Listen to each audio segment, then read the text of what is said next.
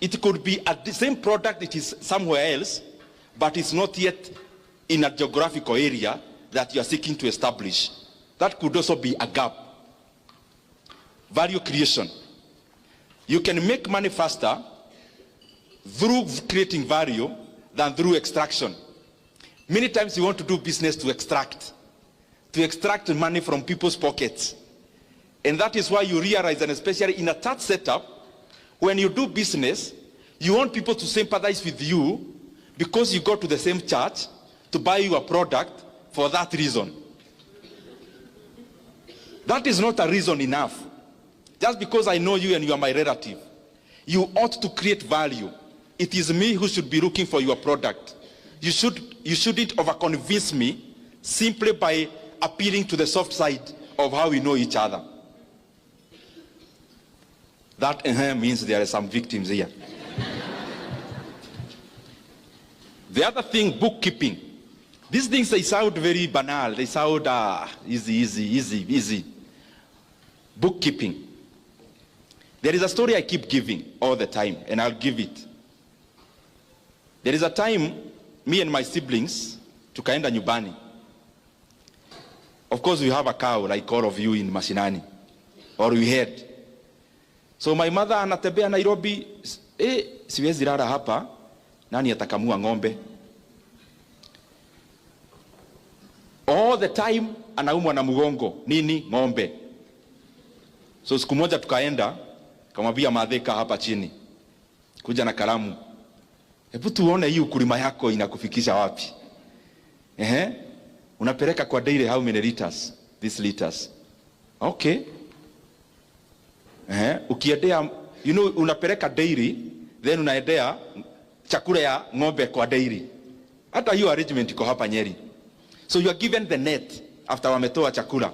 Hiyo net unalipa mfanyikazi mwenye alikusaidia siku 2-3. Na unalipa pahali umekoboa you have leased some land for Napier grass. After we did the math, we realized, I'm using that as a businessman. This is a businessman, a farmer, you can say now, in agro processing or something like that, to sound sophisticated. Now, after kufanya hesabu, we realized the M-Pesa we sent home to the mother, to my mother, we don't send her money. We said what? We said the cow. Only that we use her phone. Because after doing that math, it taught me one thing that we all do, especially owners of small businesses. We never track our progress. So we never know whether we are mark timing or we are making progress. And the best way to do that is to use data. Data could be in terms of number of customers served, in terms of bottom line. Me, I like looking at bottom line. After all is said and done, it is not if you are a person doing oil, your business is not to fuel other people's cars. Your business is to make money. In economics class, we say, it is not out of the benevolence of the baker that we enjoy our daily bread. It is out of their selfish interest to make money that we get Ken Blessed coming to our local shopping center every day. And in the economic interaction, selfishness is what buys the economy. You buy a matatu there seeking to make money, and me, I open a hardware seeking to make money. That interaction of the market is what creates the economy. So as you start your small business early enough, track progress so that you actually know whether you are overstaying in a redundant area for too long. Market. Many times we are limited by what we know in the mind hapa. But do you know now with internet, there is a lot you can do.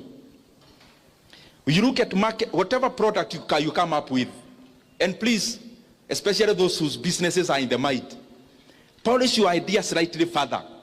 Don't just do a business. Kuna business tu yani unafanya unaona.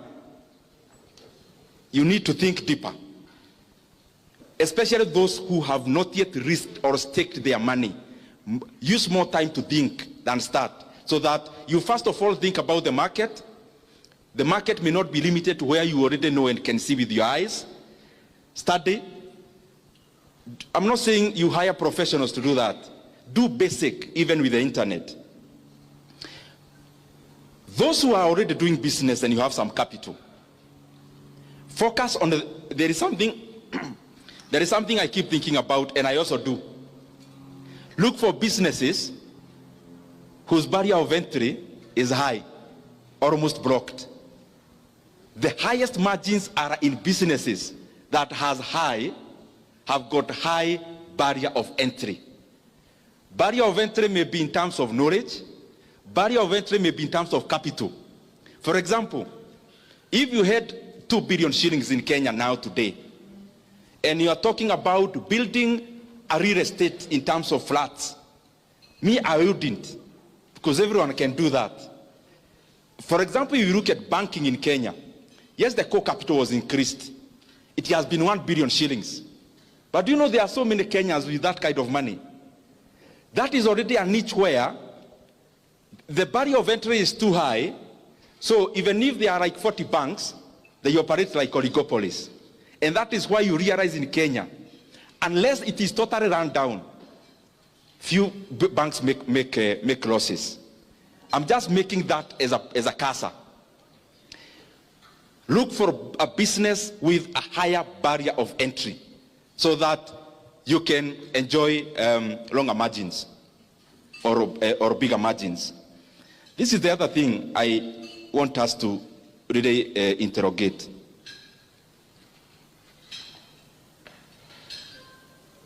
In my village, just like yours, my former teacher retires. The first thing they do is to buy a matatu. Or, hapo kwa shopping center yetu, anajenga hapo. Pesa ya retire. Karibu wote. What am I trying to say? Those businesses are good. They are good because they facilitate movement and they facilitate trading. But probably even my brother and sister in the same industry, there is much more they can do around there. What am I trying to say? Kenya is also a broad country.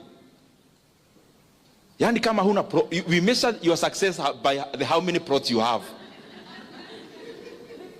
Maybe we'll talk about that later. Nikienda kumaliza. By the way, I'm almost finishing. Now, allow me now these minutes, because I can see here, next time, this one here, this is the lead sponsor. We would want in the next few years to come, the owner of this lead sponsor will be from this hall.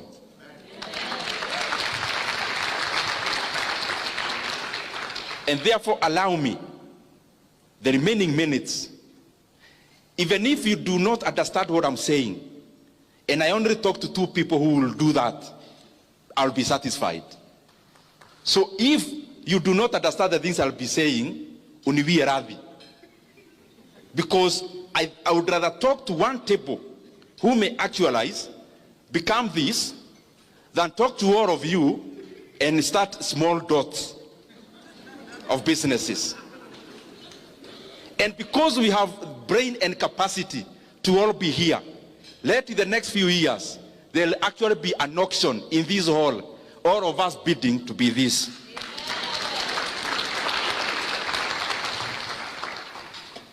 I'm talking about